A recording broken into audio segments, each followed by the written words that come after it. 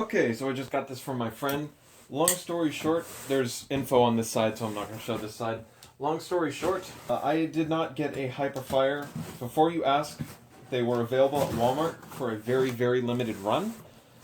And I did not get my hands on one, but my friend on Reddit got his hands on one. And I basically said, what do you want for it? Because I'm willing to sell my soul for one of these. Not because I really, really want it, but because of what I want to do to it. And so he hasn't even opened the box. He peeked open the Walmart box just to make sure that this was it. And that's it. So I'm very grateful to him. So I'm just going to fast forward through this unboxing because no one needs to see it.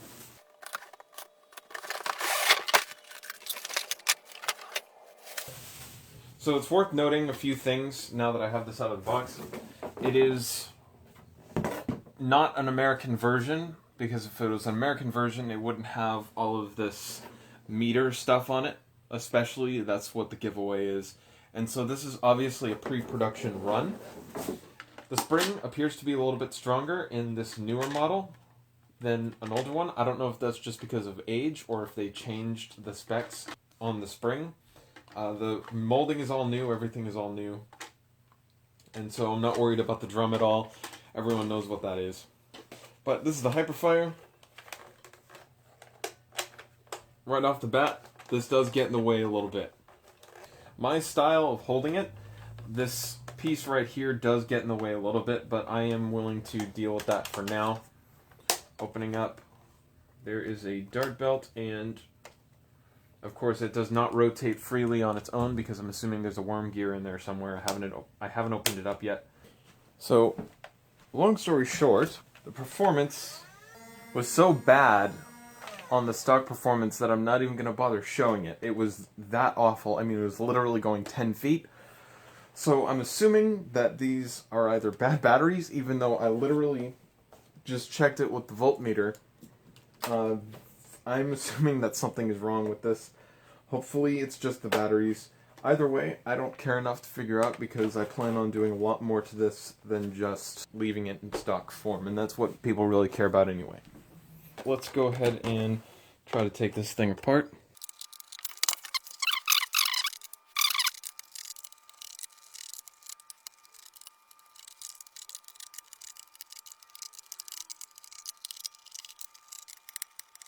Okay, these ones in the back are noticeably longer.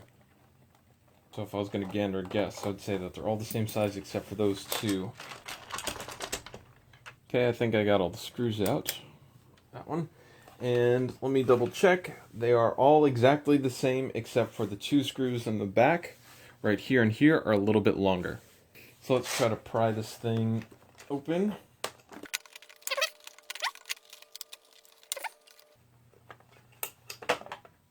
There we go. Okay, so it is pretty basic. The flywheel cage is noticeably larger than a strife flywheel cage in all directions. So that appears to be held on by these two screws. And the outside screws are bigger than the ones on the inside, so I will be keeping those separate.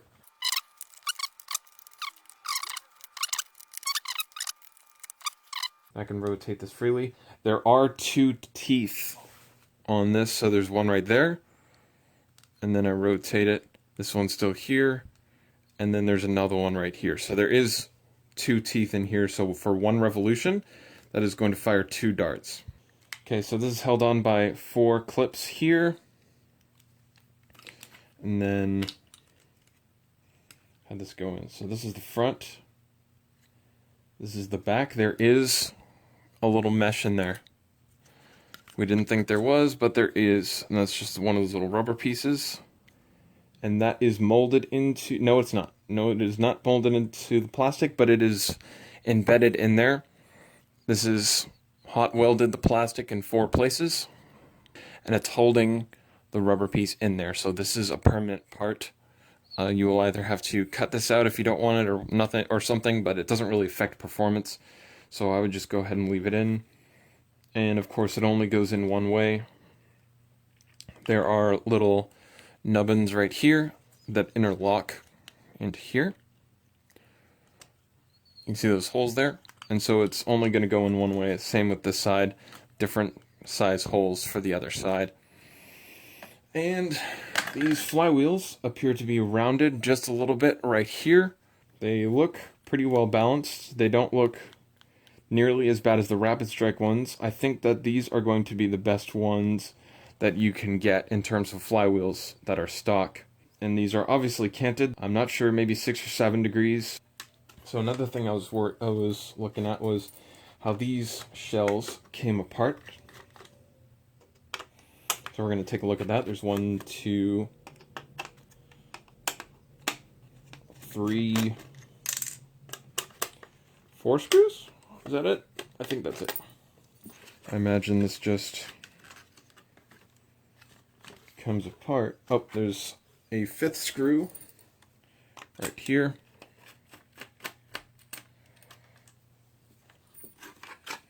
Okay, that comes off like this. These 2 pieces, that just comes off like that. So you got hollow piece that goes there. This is pretty basic stuff. Your rev trigger. This appears to be the lock, and so that is not needed, and that can just go right back in on itself. That is not true.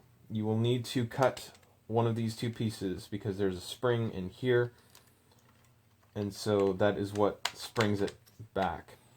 Just to get an idea of what that trigger looks like. This is an electronic lock as well as a trigger lock. Need to get all this. This is one solid piece, and then this is hot welded on, and that's to keep these little flaps on here, the battery flaps on. And you got your sling mounts. Those are solid pieces, and then the butt plate, I assume, yeah, just comes off just like that. Not quite sure what these are. These look like some sort of, oh, that's just hot welded on there to keep the metal nut in there so that you can screw on the battery cover. You got your thermistors in here. I don't plan on doing a full mod for this because it's pretty basic what you need to do for this kind of stuff. It's just going to be replacing the motors because that is what people want from this. There we go. There's a bunch of grease in there.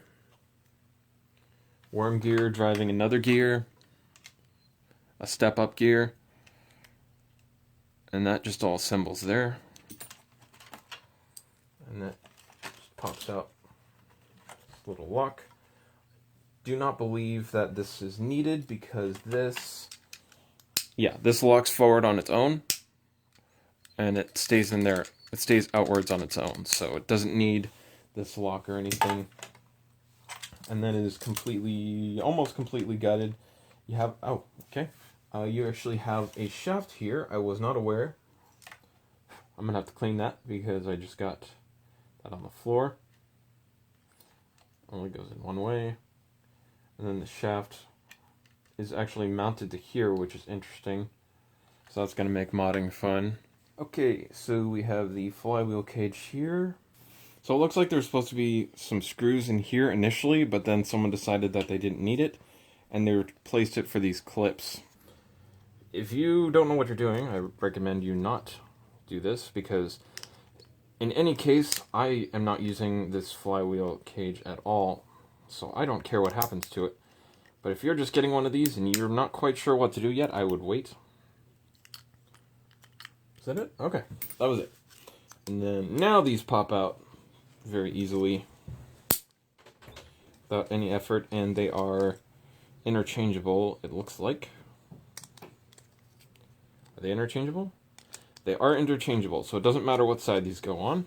And let's see how this is guiding the dart in here, because I'm curious, because while these flywheels are canted, and I do believe that they got that directly from Dr. Snicka's, that's not going to be worth anything if it's not guided by brass. And so They do appear to have some better guiding on the inside of there, some thicker walls that are holding that dart a little bit closer. But that is basically just ending right here, and so you're not going to be seeing any real accuracy gains from this. Maybe a little bit from the spinning dart, but from other videos that I've seen, they're actually spinning out quite a bit, and I think that's due to the lack of brass. And so that's a little disappointing because I think this is going to be one of those rapid strike things where this is going to be a great performing blaster once you mod it correctly, but if you leave it in stock form, I think it's just going to suck. Okay, you can get them off without pliers, because there's plenty you can grab on here and grab on there. And they come out easy. So these look pretty balanced. Okay, so we got some strife flywheels here. Those are going to be 33.5, and then the Hyperfire flywheels are 33.7. That is an interesting thing. So they're a little bit wider, which means that they will work in the strife flywheel cage, but it is yet to see whether they work better or not, or whether that makes a difference.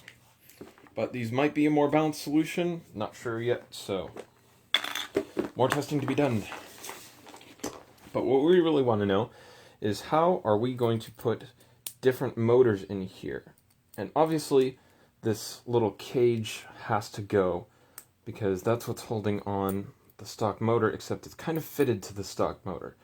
And that isn't good for us modders because that means that this part is completely useless. And that is just very loose in there. So how are we going to fit something else in here? I have a Rhino in here. See if we can figure out how to get one of these in place. Oh my god. It fits with friction. So I wouldn't trust this, for the record, because while it's holding in there relatively tight, I can just easily pull it out. So that's actually holding in there quite well, and that's just a standard Rhino. And I'm not going to test 180s or anything with this yet because I don't think that is, but it fits very nicely. What I would recommend doing is getting some screws. These are 2M by 4 millimeters, and these are also countersunk. And I'm going to drill holes in either here and here, and then screw in the motor. But that is going to be how you fit some Rhinos into the stock cage, and then everything will come back together normally. You'll just leave out this little cap here, and I think that will be good to go. And now we need to figure out how to adapt this stupid thing. I have no idea where I'm going with this. This motor, for those who are aware of motors and stuff, we're going to go ahead and measure this. This is 23.8 millimeter by 18.03 millimeter, and then it is 26.8. Closer look on here. I have no idea what those parts are, not even in the slightest. I think the only choice that we're going to have is to make a 3D printed sleeve for this. And I was hoping to screw in the screws here, but I wasn't counting on this entire thing to be split right there. And this screw is also blocked, and we can't just have one screw in there. So I think the only real option is going to be to 3D print a sleeve for this, unfortunately. But you can get some Rhinos into the cage, so that is not a total loss. And I think that's pretty much it for the breakdown.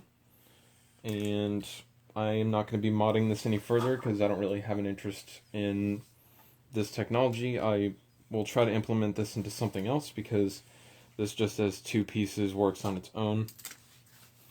But yeah, that's it. So if you have any questions, go ahead and leave them in the comments and I'll try to get back to you on that. Thanks for watching.